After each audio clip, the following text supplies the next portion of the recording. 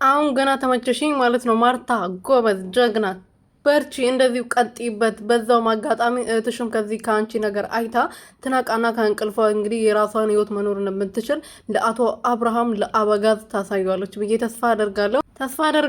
በዛውም አጋጣሚ ዛሬ እንግዲህ አዲሱ አፍቃሪ አቤልን ለማስቀናት አቤልን ለማቃጠል እንግዲህ አቤል ቅጥን ድብን ለማስደረግ አበባ ይዞ መጥቶ ተንበርክኮ ለወይዘሪት ማርታ አበባ ሰጥተዋታል።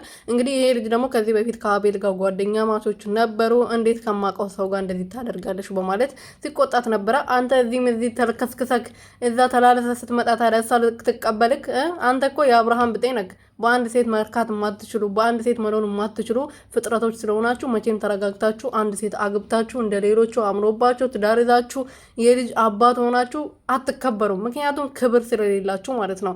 ሰላም ሰላም ቤተሰቦቼ እንዴት ናችሁልኝ? እኔ ያለው እግዚአብሔር ይመስገን። በያላችሁ ሰላማችሁ ብዙ ትርፍርፍ ይበልልኝ። እንግዲህ አቤል ዛሬ ቅጥል ድብን ብሏል። ማርታ ይመችሽ፣ እንደዚሁ ቀጥይበት። ለምን መሰለሽ? ገና አሁን ወደድኩሽ፣ ገና አሁን ሰው መሰልሽኝ ማለት ነው። ከዚህ በፊት እኮ ሳይሽ የሆንሽ ጥንጃ ነው ጥንጀር ነበረ ያለችው እሱን ነበር የምትመስኝ ለባሽ። አሁን ግን ለራስሽ ክብር ስላለሽ ይሄና ለራሱ ማሳየትሽ ይሄና ለራሱ ሰው ማምጣት እንደምትሽ ስላሳየሽን ደግሞ ጥሩ ነው። ቀጥይበት፣ እኛም እናበረታታሻለን። እንደዚሁ ከቀጠልሽበት ማለት ነው በቃ ጎበዝ ነሽ።